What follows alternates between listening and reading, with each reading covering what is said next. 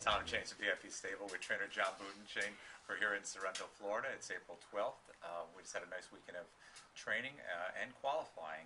John, we qualified a bunch of the 3-year-olds down here this weekend. Why don't we talk a little bit about them? We had one of the 3-year-olds who was unraced last year, Relino Hanover. Qualified well. Last week I think we went 57 with them. Come back again this week. I cut the mile with them. Wanted to see how we'd be out on the front end. The horses went by him, but he was just kind of lost in green out there. But he did step it up. He paced in 55 and change. Should be a horse that we could hopefully work our way through the condition ranks with him, get him some confidence, teach him some speed and what to do. Knock on wood. So far so good. He's staying sound.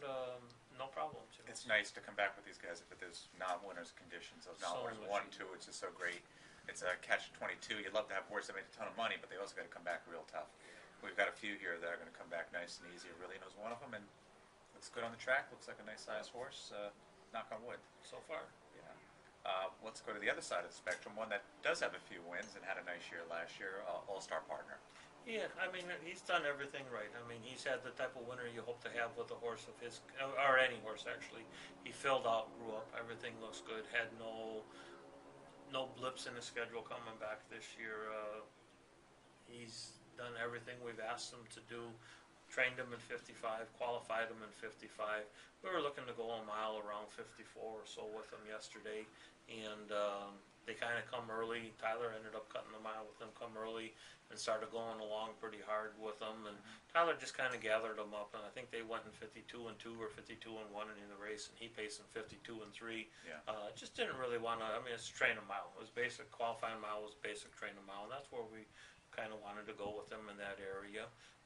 He leaves tomorrow to go to Pennsylvania along with Relino Hanover, and he is eligible to a race on the 26th at the Meadowlands. Depending on how he handles the ship, I'm going to take a look at the list of eligibles and kind of decide where we want to go. If it looks like he can be competitive and pace somewhere up there around 51 and be competitive, that could be a possibility. Or we wait till the following week and there's another division of a race. It's exciting to have one qualifying 52. You're anxious to get going with them. It is only the beginning of April, and if you look at his stake schedule, we got races all the way through to November into December, even possibly. It's a marathon. It's a marathon. Yeah. So you don't want to pass up an opportunity to race and do some good, and everybody's excited to see what they have. Everybody's anxious, of course, to get him back, but it's a marathon, especially with a horse that has so much talent like All-Star Partner. You really want to make sure that you keep him healthy and sound and ready through this big campaign where we have a chance to maximize his earning potential. Try to manage him, do the right thing. Whether that's in the big races or it's back in the Sire Stakes races, if we can make another $250,000 with this horse, I think we'll have a lot of happy people, including a happy trainer. And by the way, I scoped him yesterday with the vet, and he scoped clean.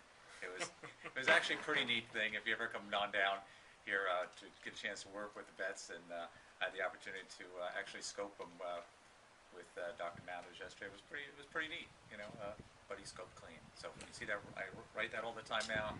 I know what I'm talking about, kind of. How about Sterling Cadillac? Another horse. I mean, he's a non-winner, a 2. Showed some talent there last year, a little bit on the smaller side. Had some cold soreness, so we just shut him down. Qualified last week in 57 and back this week in 55. He's a New York bred, so I don't know what opportunities we'll have to get him started at Poconos or Chester, since he's not PA sired or PA owned. Get a little bit tough at times to get in, so we might have to look at the Meadowlands if that's the case. They don't ride them. Their maidens or now where the 2 are going to truck along pretty good in 52 or wherever. So we might have to requalify him, or see if there's some go to Yonkers and stuff.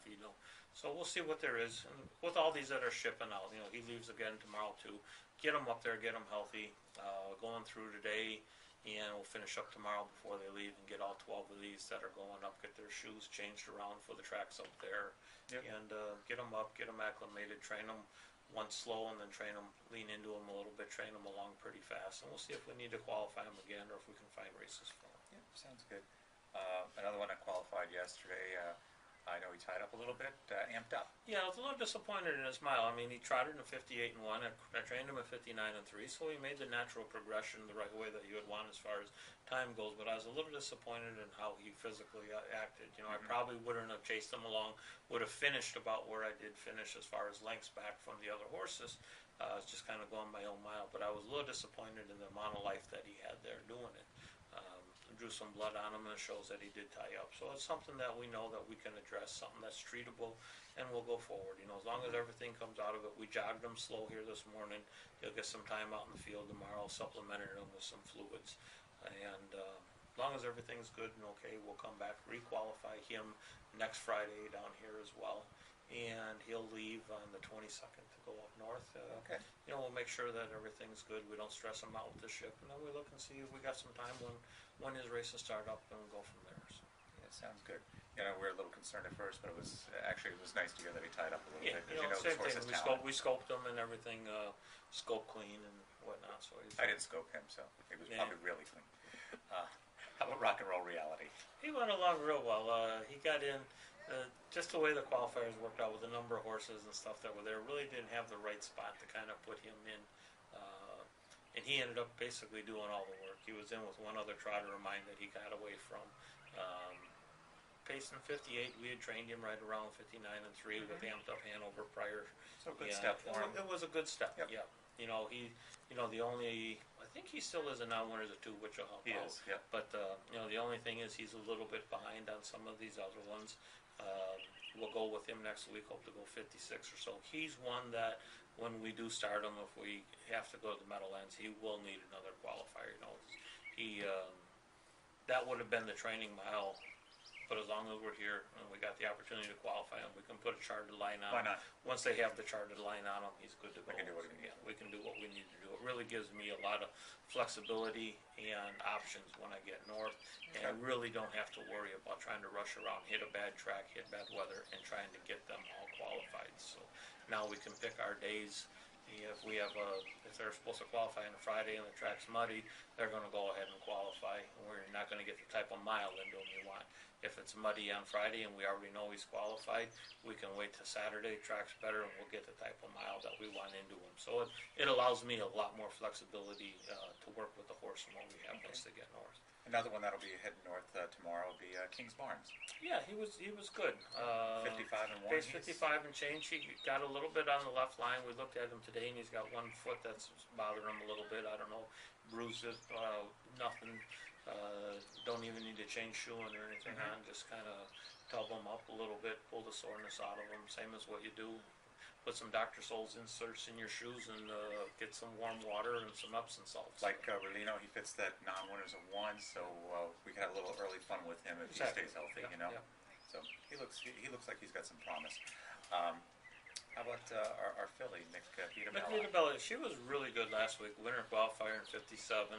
I put her in with Work and Play Hard and Kings Barnes. That wasn't fair. It really wasn't fair, and she's kind of a lazy filly. If you don't get after her and chase her, and I told Howard Parker last week, I said what she was like, and I had Ronnie Waples drive her yesterday, and I forgot to tell him that you need to kind of keep her mind attention, and we stepped on the gas and kind of got away from her a little bit before he realized what was going on, Right. and she realized what was going on. But he was happy with her effort. Yeah. I mean, I was a little concerned. I looked around and I didn't see her there behind me, but she went the mile we were looking to go. We were looking to go a mile around 56 or 57. She went a mile 56 and 2. You know, we'll get her north. She depend if we want to make the ship out to the Meadows, most likely for the Stallion Series on the 2nd of May.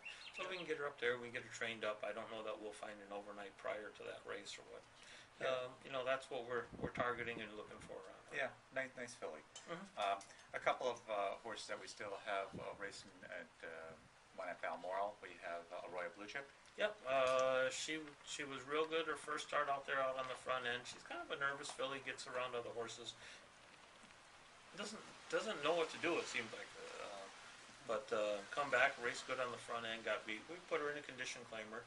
I mean, she's out there. She's got a price tag on her. If somebody claims her, they claim her, or if there's anybody interested. You know, I think we got some really nice 2-year-olds. We got some really nice. Yeah, there's some Hopefully, got some nice 2-year-olds. We know we got some decent 3-year-olds, and we got to concentrate and focus on some my little. Unadorned Hanover is one that we're probably going to look to race or perhaps turn over, but we have to either find a softer venue for her or him, Yeah, or it's a turn him over. matter of finding the spot for him. Yep. You know, I don't know if he's a little bit attitude or if we just tapped the bottom of his tank as far as what his ability is. Hasn't worked at the Meadowlands there, going along in 51 miles, and he's pacing in 53. Doesn't quite get it. I mean, I've shopped him around, got a price tag on him out there. You know, the right venue. The horse is he's a good horse. He's a sound horse. He just is kind of what he is, and we got to find a place to race him at. Yep. You know, unfortunately, Poconos and Chester every year continue to get tougher and tougher. Meadowlands is very tough. You know, Freehold, we maybe have an option to get him raced there. I was kind of, you know, if nothing happens here where we don't move him, Tioga's 3 weeks away from opening. Be a nice spot for him. Monticello, I know we looked at the condition sheets today, and they go for 1,700 or 1,900. I mean, I can't afford to ship what he could earn. I could win a race and we'll make a ham sandwich net, you know, and we'll lose get lunch. money. I could lose money on it. So you know, he showed some ability early, and it just kind of flattened out. But I think in the right situation, or if he comes on, you know, he could probably make a little bit of money for somebody. I'm not sure it's going to be for us, but we'll see what happens. Yeah, you know, got an expense factor into it. Yep. It's just natural. Some of them you have to turn over. You know, it's just the nature of the game. It's just what happens, and we'll see what happens with him. But odds are we're going to turn him over in the near future. We'll talk about one 4-year-old who's our buddy, our trotter, Valley of Sin, who's coming back from a coffin bone injury. Yes, very pleased. We're going to re-X-ray that coffin bone and send it up. I talked to Patty Hogan the other day when she was down here, and she wants to take a look at the X-rays again and send it up to Dr. Richardson in New Bolton, who performed the surgery. So far, he's doing well. We trained him a couple times in 30. We started going 2 trips with him today. I think we won the last mile 26, 27, somewhere in that range. And, you know, encouraged by the, you know, he's filled out. He looks good. Is he doing it willingly? Does he? I mean, everything is firing on all 4 cylinders like they were last year. Obviously, we were faster in his training schedule than what we are right now. But I think the main thing is to get him back to the races. Let him see what we have this year. And if he is sound and he turns out to be the kind of horse we thought he was last year, you know, we look forward to you know, hopefully a very promising 5-year-old campaign. Don't want to beat him up too awful hard for where he's got to go in with the money earned and all that. But horse with extreme amount of talent, and try and do what's right by him, getting him to the races here this year, and then we'll go forward from there. I mean, I know he'll tell us, but what would your expectation of a time frame be back for him, coming back in July, August, sometime like that, or it's too hard to tell? She's doing this. I'm not going to put a time frame on it, really. I mean, he's been in 27. We're going to let him tell us. You know, we're going to get him north. We're going to introduce him to the swimming pool, and we're going to put swimming into his routine. Anything we can do to keep the pressure off of that foot going forward. So it's going to be kind of up to him. Okay. Yeah, he's a nice trout. We look forward to getting him back. He does look good on the track. I took a little bit of video of him today. I think you'll be happy with what you see. He looks like he's doing it willingly. He looked pretty aggressive out there, and knock on wood, we got our nice trotter back. Well, because we're still videoing. John's picking on his wife out there. That's not a good thing to do, John. 1 minute. We just got the signal. There's 1 minute. You can only imagine how that was given to us. 1 big minute. 1 minute left. But that's kind of the recap of our 3 and 4-year-olds. John, thanks again. This is Tom James VIP Stable. See you soon.